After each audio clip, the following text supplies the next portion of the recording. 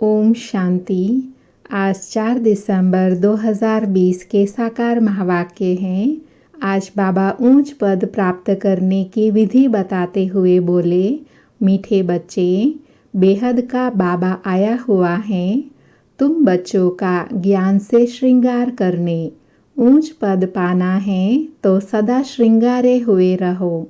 मीठे बच्चे, बेहद का बाबा आया हुआ है।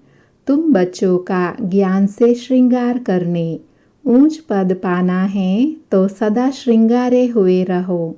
आज मुरली में प्रश्न है, किन बच्चों को देखकर बेहद का बाप बहुत खुश होते हैं?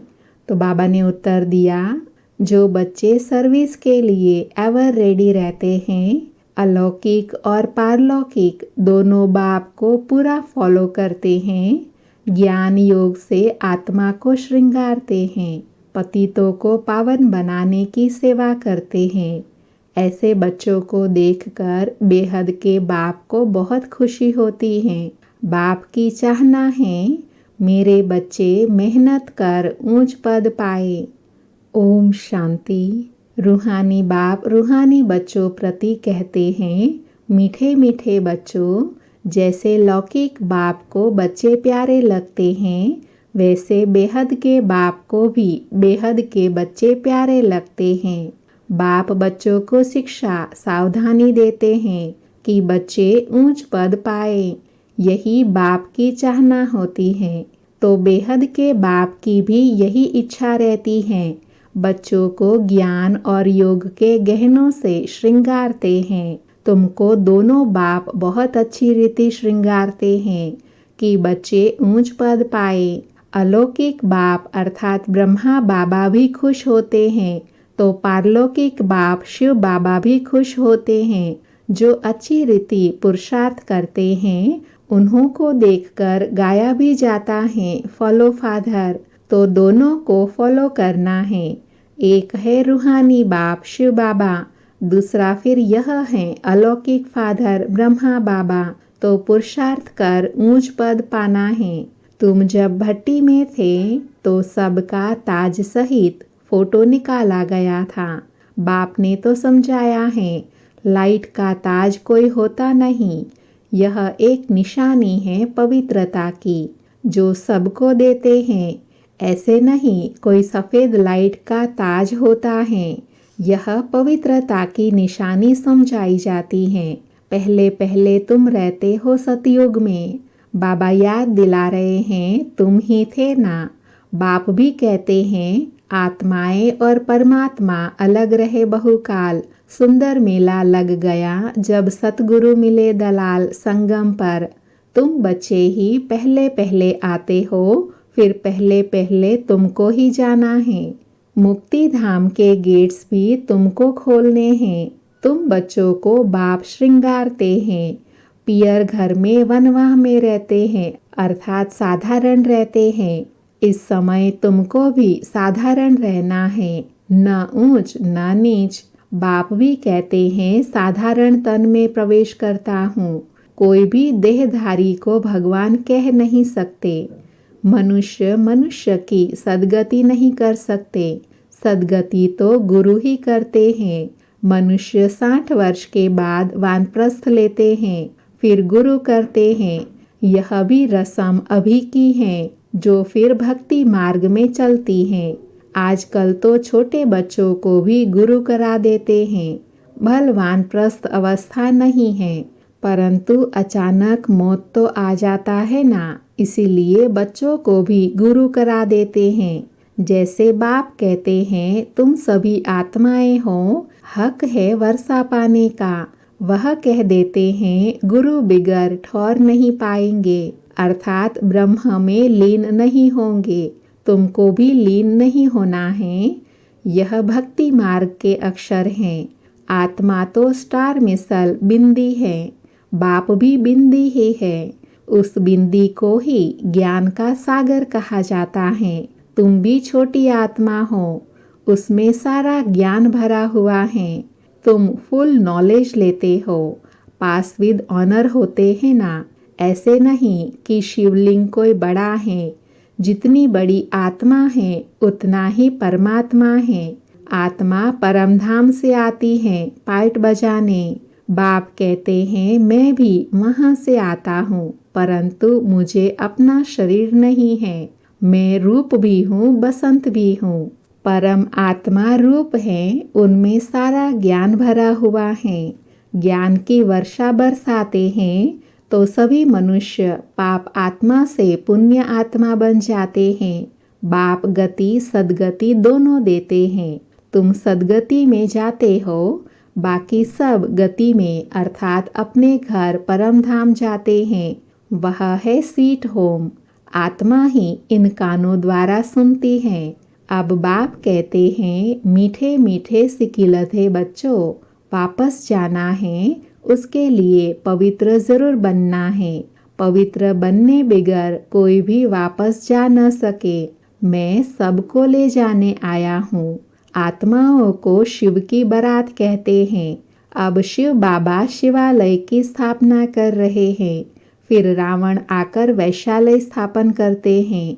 वाम मार्ग को वैश्यालय कहा जाता है। बाप के पास बहुत बच्चे हैं जो शादी करके भी पवित्र रहते हैं। सन्यासी तो कहते हैं यह हो नहीं सकता जो दोनों इकट्ठे रह सके। यहाँ समझाया जाता है इसमें आमदनी बहुत है, अर्थात प्राप्ति बहुत है पवित्र रहने में। पवित्र रहने से 21 जन्मों की राजधानी मिलती है, तो एक जन्म पवित्र रहना कोई बड़ी बात थोड़े ही है। बाप कहते हैं तुम काम चिता पर बैठ बिल्कुल ही काले बन गए हो। कृष्ण के लिए भी कहते हैं गोरा और सांवरा, श्याम सुंदर। यह समझाने इस समय की है। कामचिता पर बैठने से सांवरे बन गए, फिर उनको गांवरे का छोरा भी कहा जाता है। बरोबर था ना, कृष्ण तो हो न सके। इनके ही बहुत जन्मों के अंत में बाप प्रवेश कर गोरा बनाते हैं। अभी तुमको एक बाप को ही याद करना है। बाबा याद करने की विधि बता रहे हैं। बाबा आप कितने मीठे हो, कितना मीठा वर्षा आप देते हैं। हमको मनुष्य से देवता मंदिर लायक बनाते हो। ऐसे ऐसे अपने से बातें करनी है, मुख से कुछ बोलना नहीं है। भक्ति मार्ग में आप माशूक को कितना याद करते आए हैं। अभी आप आकर मिले हो। बाबा आप तो सबसे मीठे हो, आपको हम क्यों नहीं याद करेंगे। आपको प्रेम का शांति का सागर कहा जाता है। आप ही वर्षा देते हो, बाकी प्रेरणा से कुछ भी मिलता नहीं है। बाप तो सन्मुख आकर तुम बच्चों को पढ़ाते हैं। यह पाठशाला है ना। बाप कहते हैं मैं तुमको राजाओं का राजा बनाता हूँ। यह राजयोग है। अभी तुम मूल वतन, सूक्ष्म वतन, स्थूल वतन को जान गए हो। इतनी छोटी आत्मा कैसे पार्ट बजाती है भी बना बनाया। इसको कहा जाता है अनादि अविनाशी वर्ल्ड ड्रामा। ड्रामा फिरता रहता है, इसमें संशय की कोई बात नहीं। बाप सृष्टि के आदि मध्य अंत का राज समझाते हैं। तुम स्वदर्शन चक्रधारी हो। तुम्हारी बुद्धि में सारा चक्र फिरता रहता है, तो उससे तुम्हारे पाप कट जाते हैं। बाकी कृष्ण ने कोई स्वदर्शन चक्र चलाकर हिंसा नहीं की। वहाँ न लड़ाई की हिंसा होती, न काम कटारी चलती है। डबल अहिंसक होते हैं। इस समय तुम्हारी 5 विकारों से युद्ध चलती है, बाकी और कोई युद्ध की बात ही नहीं। अब बाप है ऊंचे ते ऊंच, फिर ऊंच ते ऊंच यह वर्षा लक्ष्मी नारायण इन जैसा बनना है। जितना तुम पुरुषार्थ करेंगे उतना ऊंच पद पाएंगे। कल्प कल्प वही तुम्हारी पढ़ाई रहेंगी। अभी अच्छा पुरुषार्थ किया तो कल्प कल्प करते रहेंगे। जिस्मानी पढ़ाई से इतना पद नहीं मिल सकता जितना रूहानी पढ़ाई से मिलता है। ऊंच ते ऊंच यह लक्ष्मी नारायण बनते हैं। यह भी है तो मनुष्य, परंतु देवी गुण धारण करते हैं, इसीलिए देवता कहा जाता है। बाकी 8-10 भुजाओं वाले कोई है नहीं। भक्ति में दीदार होते हैं तो बहुत रोते हैं, दुख में आकर बहुत आंसू बहाते हैं। यहाँ तो बाप कहते हैं आंसू आया तो फेल। अम्मा मरे तो भी हलवा खाओ, बीबी मरे तो भी हलवा खाओ। आजकल तो बॉम्बे में भी कोई बीमार पड़ते हैं व मरते हैं तो बीके को बुलाते हैं कि आकर शांति दो। तुम समझाते हो आत्मा ने एक शरीर छोड़ दूसरा लिया, इसमें तुम्हारा क्या जाता, रोने से क्या फायदा। कहते हैं इनको काल खा गया, ऐसी कोई चीज है नहीं। यह तो आत्मा आपे ही एक शरीर छोड़ जाती है, अपने समय पर शरीर छोड़ भागती है। बाकी काल कोई चीज नहीं है। सतयुग में गर्भ महल होता है, सजा की कोई बात नहीं। वहाँ तुम्हारे कर्म अकर्म हो जाते हैं, माया ही नहीं जो विकर्म हो। तुम विकर्मा जीत बनते हो। पहले पहले विकर्मा जीत संवंत चलता है, फिर भक्ति मार्ग शुरू होता है तो राजा विक्रम संवंत शुरू होता है। इस समय जो विक्रम किए हैं उन पर जीत पाते हो। नाम रखा जाता है विक्रमाजीत। फिर द्वापर में विक्रम राजा हो जाता। विक्रम करते रहते हैं। सुई पर अगर कट चढ़ी हुई होगी तो चुंबक खींचेगा नहीं। जितना पापों की कट उतरती जाएंगी तो चुंबक खींचेगा, तो चुंबक शिव बाबा खींचेगा। बाप तो पूरा प्योर है, तुमको भी पवित्र बनाते हैं योग बल से। जैसे लौकिक बाप भी बच्चों को देखकर खुश होते हैं ना, बेहद का बाप भी खुश होता है बच्चों की सर्विस पर। बच्चे बहुत मेहनत भी कर रहे हैं, सर्विस पर तो हमेशा एवर रेडी रहना है। तुम बच्चे हो पतित को पावन बनाने वाले, ईश्वरीय मिशन। अभी तुम ईश्वरीय संतान हो, बेहद का बाप है और तुम सब भाई बहन हो। बस और कोई बंधन नहीं। मुक्ति धाम है ही, बाप और तुम आत्माएं भाई भाई। फिर तुम सब सतयुग में जाते हो तो वहाँ एक बच्चा एक बच्ची बस। यहाँ तो बहुत संबंध होते हैं, चाचा काका मामा आदि। मूल वतन तो है ही स्वीट होम मुक्ति धाम। उसके लिए मनुष्य कितना यज्ञ तप आदि करते हैं, परंतु वापस तो कोई भी जा नहीं सकते। गपोड़े बहुत मारते रहते हैं। सर्व का सद्गति दाता तो है ही एक, दूसरा न कोई। अभी तुम हो संगम युग पर, यहाँ है ढेर मनुष्य। सतयुग में तो बहुत थोड़े होते हैं, स्थापना फिर विनाश होता है। अभी अनेक धर्म होने के कारण कितना हंगामा है। तुम 100% साल्वेंट थे, अर्थात संपूर्ण पवित्र थे। फिर 84 जन्मों के बाद 100% इंसॉल्वेंट बन पड़े हो। अब बाप आकर सबको जगाते हैं। अब जागो, सतयुग आ रहा है। सत्य बाप ही तुमको 21 जन्मों का वर्षा देते हैं। भारत ही सचखंड बनता है। बाप सचखंड बनाते हैं, झूठ खंड फिर कौन बनाते हैं। 5 विकारों रूपी रावण, रावण का कितना बड़ा भूत बनाते हैं, फिर उसको जलाते हैं, क्योंकि यह है नंबर 1 दुश्मन। मनुष्यों को यह पता नहीं है कि कब से रावण का राज्य हुआ है। बाप समझाते हैं आधा कल्प है राम राज्य, आधा कल्प है रावण राज्य। बाकी रावण कोई मनुष्य नहीं है जिसको मारना है। इस समय सारी दुनिया पर रावण का राज्य है। बाप आकर राम राज्य स्थापन करते हैं, फिर जय जयकार हो जाती है। वहाँ सदैव खुशी रहती है। वह है ही सतयुग। इनको कहा जाता है पुरुषोत्तम संगम युग। बाप कहते हैं इस समय पुरुषार्थ से तुम यह बनने वाले हो। तुम्हारे चित्र भी बनाए थे, बहुत आए, फिर सुनंती कथंती भागंती हो गए। बाप आकर तुम बच्चों को बहुत प्यार से समझाते हैं। बाप टीचर प्यार करते हैं, गुरु भी प्यार करते हैं। सतगुरु का निंदक ठोर न पाए, अर्थात बाबा की निंदा कराने से ऊंच पद नहीं पा सकते। तुम्हारी एम ऑब्जेक्ट सामने खड़ी है। उन गुरुओं के पास तो एम ऑब्जेक्ट कोई होती नहीं, वह कोई पढ़ाई नहीं है। यह तो पढ़ाई है। इसको कहा जाता है यूनिवर्सिटी कम हॉस्पिटल, जिससे तुम एवर हेल्दी वेल्दी बनते हो। यहाँ तो है ही झूठ, गाते भी हैं झूठी माया झूठी काया झूठा सब संसार, सतयुग है सचखंड। वहाँ तो हीरे जवाहरतों के महल होते हैं। सोमनाथ का मंदिर भी भक्ति मार्ग में बनाया है।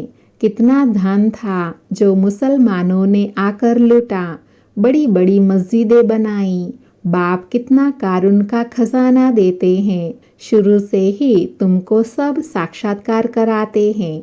अल्लाह अव्वल दिन शिव बाबा है ना, पहला पहला धर्म स्थापन करते हैं, वह है डिटिज्म। जो धर्म नहीं है वह फिर से स्थापन होता है। सब जानते हैं प्राचीन सतयुग में इन्हों का अर्थात लक्ष्मी नारायण का ही राज्य था, उनके ऊपर कोई नहीं। डीटी राज्य को ही पैराडाइज कहा जाता है। अभी तुम जानते हो, फिर औरों को बताना है। सबको कैसे पता पड़े, जो फिर ऐसा कोई उल्हाना ना दे कि हमको पता नहीं पड़ा। तुम सबको बतलाते हो, फिर भी बाप को छोड़कर चले जाते हैं। यह हिस्ट्री मस्ट रिपीट। बाबा के पास आते हैं तो बाबा पूछते हैं आगे कभी मिले हो। कहते हैं हाँ बाबा, 5000 वर्ष पहले हम मिलने आए थे, बेहद का वर्षा लेने आए थे। कोई आकर सुनते हैं, कोई को साक्षात्कार होता है। ब्रह्मा का तो वह याद आता है। फिर कहते हैं हमने तो यही रूप देखा है।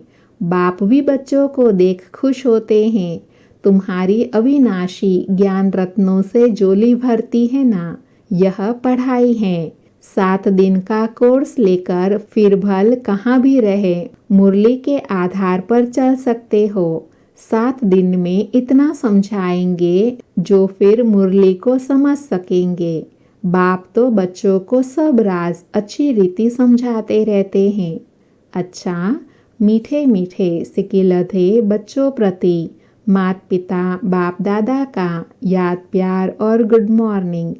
रूहानी बाप की रूहानी बच्चों को नमस्ते। हम रूहानी बच्चों की रूहानी माता पिता बाप दादा को याद प्यार गुड मॉर्निंग और नमस्ते। आज की सारी मुरली से धारणा के लिए सार हैं। उसमें पहला है स्वदर्शन चक्र फिराते पापों को भस्म करना है। रूहानी पढ़ाई से अपना पद श्रेष्ठ बनाना है। किसी भी परिस्थिति में आंसू नहीं बहाने हैं।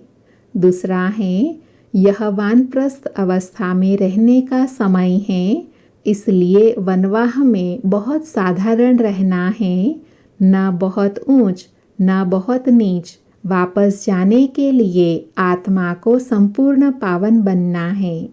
आज बाबा ने वरदान दिया, मनन शक्ति द्वारा बुद्धि को शक्तिशाली बनाने वाले मास्टर सर्वशक्तिवान भव। मनन शक्ति द्वारा बुद्धि को शक्तिशाली बनाने वाले मास्टर सर्वशक्तिवान भव। वरदान का स्पष्टीकरण है, मनन शक्ति ही दिव्य बुद्धि की खुराक है। जैसे भक्ति में सिमरण करने के अभ्यासी हैं, ऐसे ज्ञान में स्मृति की शक्ति है। इस शक्ति द्वारा मास्टर सर्वशक्तिवान बनो। रोज अमृत वेले अपने एक टाइटल को स्मृति में लाओ और मनन करते रहो, तो मनन शक्ति से बुद्धि शक्तिशाली रहेंगी।